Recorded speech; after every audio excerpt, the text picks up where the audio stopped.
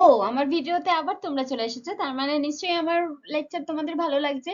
তবে হ্যাঁ, কোনো বোরিং জিনিস যদি ইন্টারেস্টিং করতে হয় তবে তাকে বাস্তবের সাথে রিলেট করতে হবে। এটা কিন্তু সব থেকে সহজ উপায় কোনো কোনো কিছু কনসেপ্ট নিজের মাথার মধ্যে ঢুকিয়ে নেওয়ার। আজকে আমি তোমাদের জন্য নিয়েছি বিজনেস এনভায়রনমেন্টের একটা ক্লাস।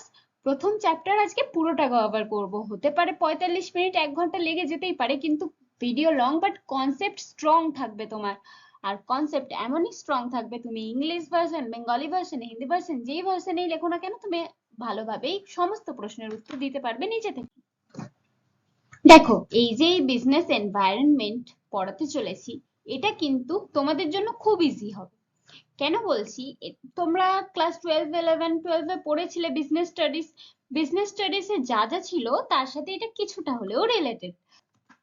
এবার আমরা যে পড়বো concept of business environment. Business এনভায়রনমেন্টটা কি? বিজনেস এনভায়রনমেন্ট অর্থাৎ বিজনেসের পরিবেশ। এবার ভালো করে বোঝো, কনসেপ্টটা বোঝো, তারপরে যে কোনো ভাষায় লিখতে পারবে, তুমি আগে ভালো করে কনসেপ্টটা বোঝো। আগে আমরা দেখে নিই যে বইয়ের ভাষায় কি লেখা। The business environment means all the outside and inside factors that affect how a business works. This include things like customers, laws, technology, and the economy.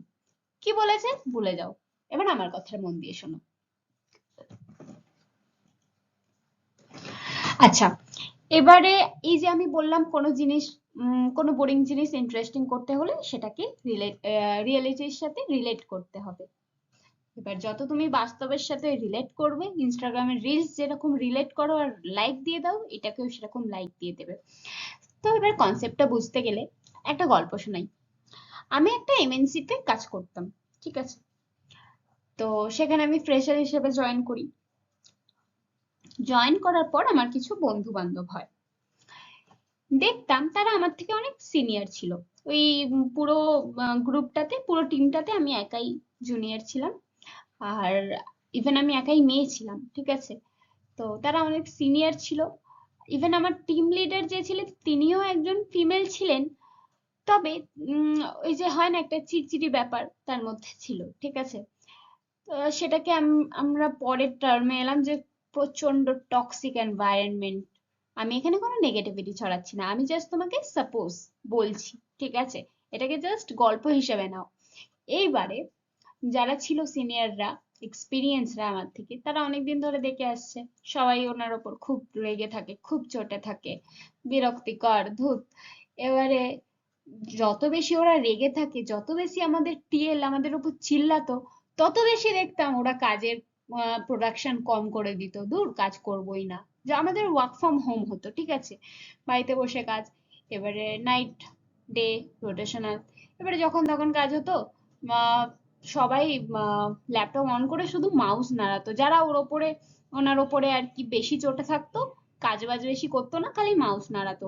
আর আরো বেশি ওনারা তো বুঝতে পারতেন ক্যালকুলেশন করে যে কে কার কত প্রোডাকশন হচ্ছে, আরো বেশি রেগে যেত। আরো বেশি ওরকম কাজ কম করতো, বসে বসে মাইনে নেবে। খুব সহজে ওই কোম্পানি কাউকে এলিমিনেট করে না, ঠিক আছে? ভালো কথা, অনেক হাই রেট থাকে, একটা বিগ এমএনসি বলে কথা। খুব এফেক্ট পড়লো। কিসের ওপর এফেক্ট পড়লো? এই যে আমি বললাম এফেক্ট পড়লো কিসের ওপর? বিজনেসের উপর। যেই কোম্পানিতে আমরা কাজ করছি তার উপর। কেন এফেক্ট পড়লো? কারণ আমাদের মধ্যে সম্পর্ক ঠিকঠাক ছিল না। এই যে টিএল, উনি যদি একটু ভালোভাবে বুঝিয়ে কাজ শিখিয়ে আমাদের করিয়ে নিতে পারতেন, তাহলে কোম্পানিতেই তো প্রফিটটা হতো।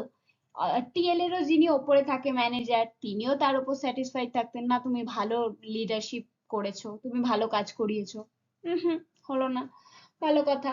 এবারে ভেতরে একটা টিমের ভেতরে একটা আনস্যাটিসফাইড কাজ করছে, কেউ ভালো মতো কাজ করছে না, প্রজেক্টের প্রোডাকশন কম হয়ে যাচ্ছে, বিজনেস লস খাচ্ছে, এফেক্ট পড়লো একটা।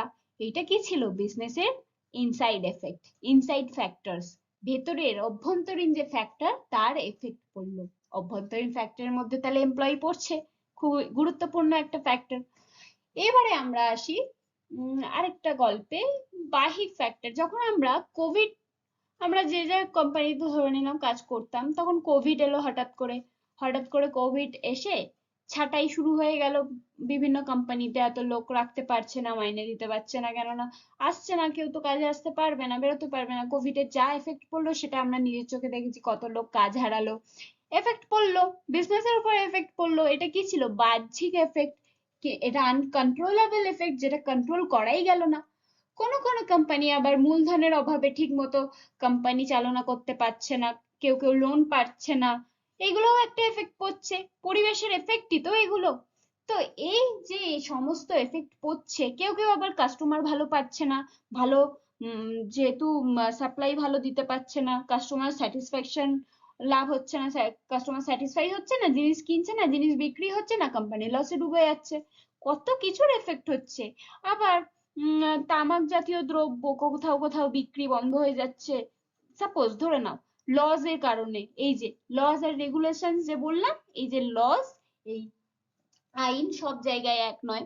যেখানে যেই আইন, সেই জায়গায় তো তুমি আর সেই প্রোডাক্টটা বিক্রি করতে পারবে না, সেখানে একটা এফেক্ট পড়বে।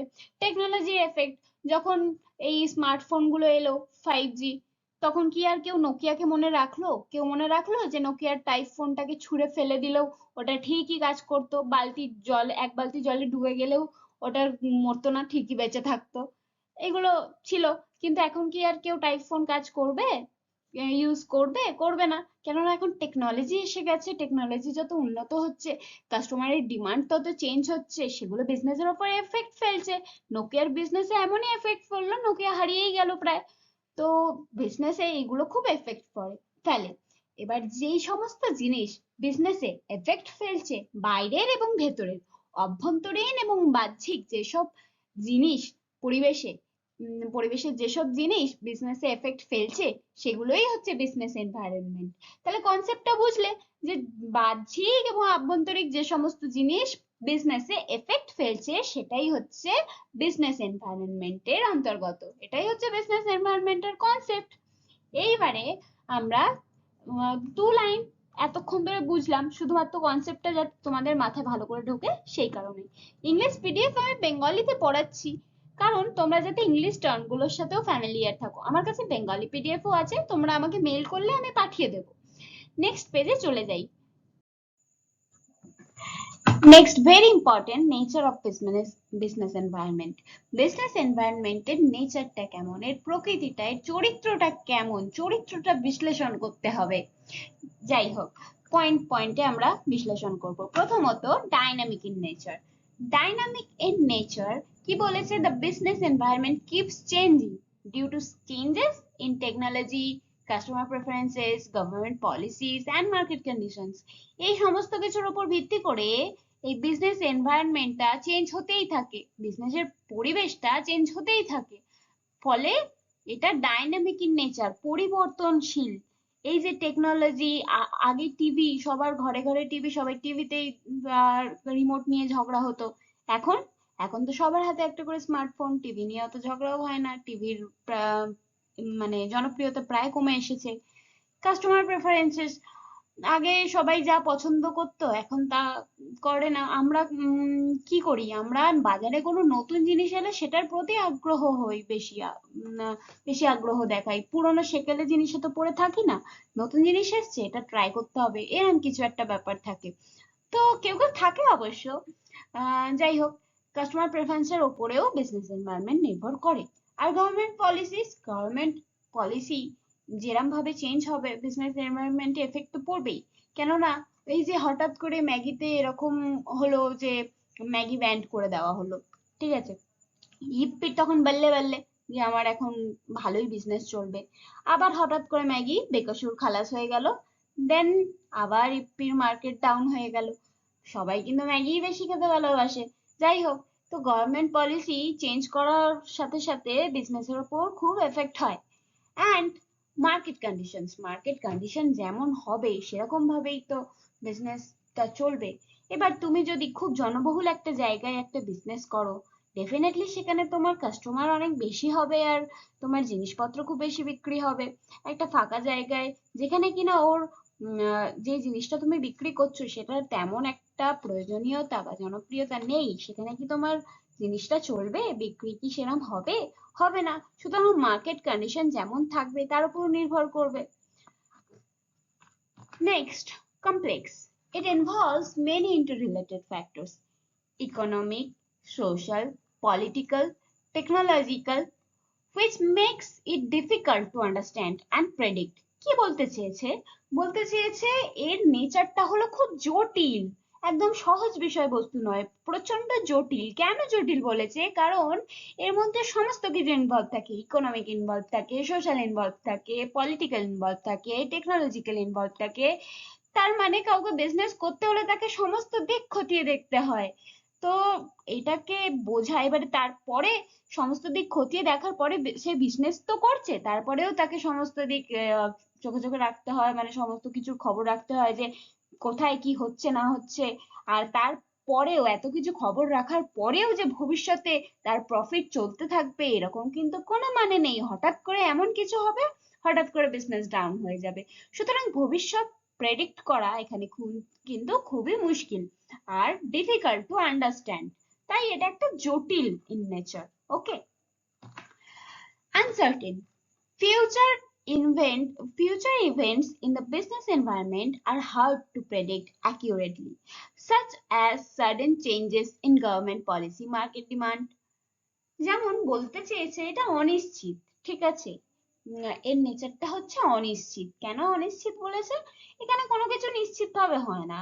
এখানে হঠাৎ এই হচ্ছে, হঠাৎ সেই হচ্ছে। যেটা বললাম যে ফিউচারে কি হতে চলেছে, ফিউচার ইভেন্ট, সেখানে অ্যাকিউরেটলি কি হবে সেইটা কিন্তু প্রেডিক্ট করা আগে থেকে সেটার দূরদর্শী তুমি যে কিছুতে হতে পারো, যা কিছুতে হতে পারো, কিন্তু বিজনেস এনভায়রনমেন্টে অবশ্যই দূরদর্শী হলেও একটা দিক কিন্তু থাকেই যে মানে তুমি যদি কোনো কিছুতে 99%ও শিওর হও, 1% চান্স থাকে যে তোমার বিজনেসে লস হতেই পারে।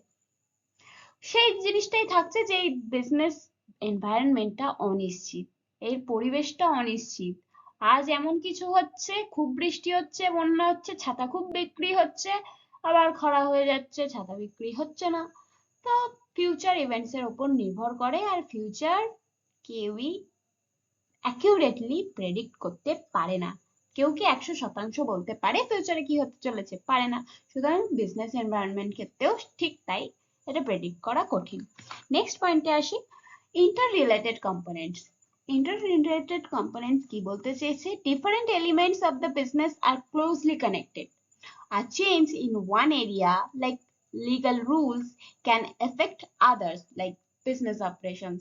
কি বলতে চেয়েছে? বলতে চেয়েছে সমস্ত কিছু ইন্টার রিলেটেড। একটা এরিয়া কখনো কখনো আরেকটা এরিয়ার সাথে ইন্টার রিলেটেড থাকে। একটা এরিয়াতে যদি লিগ্যাল রুলস হয় যে এরকম হবে না, এখানে এইসব করা যাবে না, ওরকম, তারপরে আস্তে আস্তে সেটা কিন্তু চারিদিকে ছড়াতেই পারে, বা সেই জায়গার সাথে যারা ইন্টার রিলেটেড থাকে সেইখানে বিজনেসের ওপর, সেই সব বিজনেসের ওপর খুব এফেক্ট পড়তে পারে। আর লিগ্যাল রুলস যেভাবে লস হবে, যেভাবে রুলস করা হবে সেইভাবেই চলতে হবে, বিজনেসম্যানদের কিছু করার নেই। সুতরাং বিজনেসের ওপর তার এফেক্ট তো পড়বেই। Next, external and uncontrollable. Uncontrollable সেটা তো আমরা জানি, কিছু কিছু জিনিস তো আমরা কন্ট্রোল করতে পারি না। যেমন কোভিডটা যখন এসেছিল, কেউ কি জানতো এত কিছু হবে, এত ছাঁটাই হবে, কাটাই হবে, এত কেউ কাজ হারাবে? কিন্তু ওটাকে আমরা কেউ কন্ট্রোল করতে পারিনি। যখন এসেছে তখনও পারিনি, ওর ক্ষয়ক্ষতি থেকে কেউ নিজেদের বাঁচাতে পারিনি। যাদের যা হওয়ার হয়েছে। আমাদের যেরকম আমরা কলেজে ক্লাস করতে পারলাম না ঠিক মতো, বাড়িতে বসেই আমাদের কলেজ লাইফটা কেটে গেল। যাই হোক, most elements of the business environment, especially the macro environment, are beyond the control of individual business. কিছু কিছু এলিমেন্টস, কিছু কিছু উপাদান, পরিবেশের কিছু কিছু উপাদান যেগুলো কিনা কন্ট্রোল করা যায় না, যেটা হবার সেটা হবেই, সেগুলো কন্ট্রোল করা যায় না। সেগুলোকেই বলেছি এক্সটার্নাল এলিমেন্ট সেগুলো, ঠিক আছে? যেমন বাইরে যা কিছু, এই কোভিড বললাম, বা বৃষ্টি খরা যাই হোক, কোনো কিছু যদি কিছু হয় সেটাকে কন্ট্রোল করা যাবে না, আর সেটাই হচ্ছে আনকন্ট্রোলেবল ইন নেচার। তাহলে বিজনেস এনভায়রনমেন্টের কটা বৈশিষ্ট্য আমরা পড়লাম, কটা নেচার পড়লাম? যে এটা প্রথমত এটা হচ্ছে ডাইনামিক ইন নেচার, এটা পরিবর্তনশীল, পরিবর্তিত হতে থাকে। দ্বিতীয়ত এটা হচ্ছে একটা জটিল, এটা হচ্ছে জটিল বিষয়বস্তু, এটাকে বোঝা খুব একটা কঠিন, খুব কঠিন। আর ফিউচারে কি হতে চলেছে সেটা প্রেডিক্ট করা কঠিন। দ্বিতীয়ত আনসার্টেন, অনিশ্চিত, এর এটা কখন কি হবে বোঝা মুশকিল। ফিউচারে যতই আমি ফিউচার হিসেবে ক্যাপিটাল জমিয়ে রাখি না কেন, টাকা পয়সা, তবু হঠাৎ করে এমন কোনো কিছু হবে যে আমি আমার টাকা দিয়েও বিজনেসটাকে আমি বাঁচাতে পারবো না। যাই হোক, আনসার্টেন। তো সেই মতো আমাদের কিন্তু সবসময় রেডি থাকতে হয়। নেক্সট হচ্ছে, আর যেটা বলেছিলাম, ইন্টার রিলেটেড কম্পোনেন্টস একটা আরেকটার উপর এফেক্ট করে। আর কিছু কিছু জিনিস হয় আনকন্ট্রোলেবল, যেগুলোকে আমরা কন্ট্রোল করতে পারবো না। এগুলোই হচ্ছে বিজনেস এনভায়রনমেন্টের কিছু বৈশিষ্ট্য। খুবই সহজভাবে তোমরা কনসেপ্টটা বুঝে নাও, নিজেরাই পরীক্ষায় লিখতে পারবে। নেক্সট পেজে চলে যাওয়া যাক। এবার আমরা পড়বো সিগনিফিকেন্স অফ বিজনেস এনভায়রনমেন্ট, অর্থাৎ এই বিজনেস এনভায়রনমেন্টের কি গুরুত্ব আছে, এই বিজনেস এনভায়রনমেন্ট সম্পর্কে জানলে আমাদের কি লাভ হতে পারে। প্রথমত, helps in identifying opportunities। কি বলেছে? A good understanding of the environment help businesses spot emerging trends and take advantage of new market opportunities। অর্থাৎ কি বলেছে যে এই যে environment, a good understanding of the environment, আমাদের পরিবেশ সম্পর্কে যদি ঠিক ধারণা থাকে, মানে এই বিজনেসের চারিদিকের পরিবেশ সম্পর্কে যদি আমাদের ভালো ধারণা থাকে যে এখানে এই হতে পারে, এখানে এই হলে সুবিধা পাওয়া যাবে, তাহলে ওটা আমাদের কত সুযোগটাকে আমরা কত ভাবে কাজে লাগাতে পারি। যেমন আমরা ধরো একটা হসপিটাল, ঠিক আছে, পিজি হসপিটাল। এবার পিজি হসপিটালের বাইরে, একটা হসপিটালের বাইরে কি কি ভালো কাজ হতে পারে, মানে বিজনেস কি কি ভালো বিজনেস চলতে পারে। ফলের দোকান, ফলের দোকান খুব ভালো চলবে। মেডিসিন শপ খুব ভালো চলবে। তারপরে খাবার দাবার, টুকটাক খাবার দোকানের, খাবার দাবারের দোকান, সেটা তো সব জায়গাতেই চলে। তবে হসপিটালের বাইরে জনবহুল একটা এরিয়া, পেশেন্টের লোকজন আসবে পেশেন্টকে দেখতে, তো তারাও সেখান থেকে খাবে। তো আমাদের এটা শনাক্ত করতে হবে যে কোন বিজনেসটা আমার কোথায় ভালো চলবে। একটা স্কুলের বাইরে একটা কোচিং এর অ্যাডভার্টাইজমেন্ট লাগালে সেই বিজনেসটা ভালো চলবে। এটা তো পরিবেশটাই, পরিবেশটা যদি আমরা ভালোভাবে আমাদের ধারণা থাকে, তাহলে আমরা সেই সুযোগটা নিতে পারবো। আমরা বুঝতে পারবো যে এই পরিবেশটা আমার বিজনেসকে কিভাবে এফেক্ট করতে পারে, কিভাবে লাভ দিতে পারে, বা কিভাবে ক্ষতি করতে পারে। সুতরাং বিজনেস এনভায়রনমেন্টের জ্ঞান থাকা জরুরি। আর এটা আমাদের অপরচুনিটি আইডেন্টিফাই করতে সাহায্য করে, সুযোগটাকে শনাক্ত করতে সাহায্য করে যে কোথায় সুযোগ আছে, সেই সুযোগটাকে কিভাবে কাজে লাগানো যাবে। নেক্সট নেক্সট পয়েন্ট ডিসকাস করা যাক, assist in identifying threats. Assist in identifying threats, হুমকি, হুমকিটাকে শনাক্তকরণ করতে হবে। কি বলতে চেয়েছে? It enables firms to recognize external threats like new competitors or policy changes and prepare strategies to deal with them। কি বলতে চেয়েছে? যে আমাদের শনাক্ত করতে হবে, আমাদের চিনতে হবে হুমকিগুলোকে, কিভাবে, যে না কেউ কি সামনে থেকে হুমকি দিয়ে যাবে এরকম ভাবে, না, আমাদের ভালোভাবে নজর রাখতে হবে, চারিদিকে খোঁজ রাখতে হবে, পরিবেশটাকে অ্যানালাইজ করতে হবে, জানতে হবে যে কোথায় আমার কম্পিটিটরস আসতে চলেছে। নিউ কম্পিটিটরস আসছে বাজারে, আমার কম্পিটিটরস, আমি যা বিজনেস করি সেই বিজনেসই করবে। আবার এইসব পলিসি কোনো চেঞ্জ হচ্ছে, সেটা কি আমার বিজনেসকে কোনো হার্ম করতে পারে, সেই সব দিকে নজর রাখতে হবে। আর ওই প্রবলেম গুলো আসলে, নতুন কম্পিটিটর মার্কেটে আসবে বলে কি আমি আমার বিজনেস গুটিয়ে পালাবো না, তো আমাকে সেটা মোকাবিলা করতে হবে। সুতরাং আমরা কিভাবে সেটাকে মোকাবিলা করব, সেই স্ট্র্যাটেজিটা প্রিপেয়ার করতে হবে, সেই কৌশলটাকে প্রিপেয়ার করতে হবে, যে মোকাবিলা তো করতেই হবে, বাট হাউ, কিভাবে। তো বিজনেস এনভায়রনমেন্টটা যদি আমাদের জানাই না থাকতো, যদি আমরা বিজনেস এনভায়রনমেন্ট সম্পর্কে কোনো জ্ঞানই না রাখতাম, তাহলে কি আমরা এটা পারতাম? সুতরাং এটাও এটা বিজনেস এনভায়রনমেন্টের একটা লাভ, একটা গুরুত্ব, একটা ইম্পর্টেন্স, যে অ্যাসিস্ট ইন আইডেন্টিফাইং থ্রেটস, হুমকি শনাক্তকরণে সাহায্য করছে। নেক্সট নেক্সট পয়েন্ট ডিসকাস করা যাক, guides planning and policy making. কি বলতে চেয়েছে? Environmental analysis provides crucial input for business planning and strategic decision making. ওই যে যেটা বললাম, এনভায়রনমেন্টটাকে ভালোভাবে অ্যানালাইজ করলে আমরা জানতে পারবো চারিদিকে কি হচ্ছে না হচ্ছে, আর সেই হিসাবে আমরা নেক্সট পদক্ষেপ নিতে পারবো, সেই হিসাবে আমরা বিজনেসের প্ল্যানিং করতে পারবো, সেই হিসাবে আমরা স্ট্র্যাটেজি করতে পারবো, ডিসিশন মেকিং করতে পারবো, সিদ্ধান্ত নেব যে আমার বিজনেসে এই মুহূর্তে কি করা উচিত কি করা উচিত নয়। সুতরাং বিজনেস এনভায়রনমেন্ট আমাদের গাইড করছে, কিসে গাইড করছে? প্ল্যানিং আর পলিসি মেকিং এ গাইড করছে, right? Next, improves performance. Companies that adapt quickly to environmental changes often perform better than those that don't. মানে কি বলতে চেয়েছে? মানে বলতে চেয়েছে কোম্পানি দ্যাট অ্যাডাপ্ট কুইকলি, সেসব কোম্পানিগুলো যেগুলো কিনা কুইকলি অ্যাডাপ্ট করতে পারে। কুইকলি কি অ্যাডাপ্ট করতে পারে? টু এনভায়রনমেন্টাল চেঞ্জেস, পরিবর্তিত পরিবেশের সাথে খাপ খাইয়ে নিতে পারে যারা খুব সহজে, তারা কিন্তু ভালো পারফরমেন্স করতে পারে। এই যেমন একটা কোম্পানি ধরে নি টিসিএস, টিসিএস যখন দেখলো কোভিড আসছে, কোভিড এসে গেছে, এবারে বিভিন্ন কোম্পানি যেখানে কাটাই ছাটাইয়ে ব্যস্ত, টিসিএস তখন ভাবলো কিভাবে বাড়ি থেকে না বের করেও আমার কাজটা করা যায়। ওয়ার্ক ফ্রম হোম চালু হলো, যেসব কাজে ওয়ার্ক ফ্রম হোম দেওয়া সম্ভব সেসব কাজে ওয়ার্ক ফ্রম হোম চালু হলো, টেকনোলজি। যাই হোক, তো এটা কি হলো? ও অ্যাডাপ্ট খাইয়ে নিল না, কুইকলি অ্যাডাপ্ট খাইয়ে নিল ওই এনভায়রনমেন্টাল চেঞ্জেসের সাথে, ওই পরিবর্তিত পরিবেশের সাথে খুব সত্বর তাড়াতাড়ি খাপ খাইয়ে নিল, যে ঠিক আছে পরিবেশ আমার বিপরীতে যেতেই পারে, কিন্তু আমি ওই পরিবেশের সাথে আমাকে খাপ খাইয়ে নিতেই হবে, তবেই তো বিজনেস চলবে। এটাই এর মোটিভ, যে বিজনেস এবারে কেন পারলো? বিজনেস এনভায়রনমেন্ট সম্পর্কে ওর জ্ঞান ছিল বলেই তো পারলো। সুতরাং বিজনেস এনভায়রনমেন্ট কি করতেও সাহায্য করছে? পারফরমেন্স ইমপ্রুভ করতে। কিভাবে ইমপ্রুভ করছে? এই যে পরিবর্তিত পরিবেশের সাথে খাপ খাইয়ে নিতে হেল্প করছে, ফলে পারফরমেন্স বেটার হচ্ছে অন্যান্য কোম্পানির থেকে।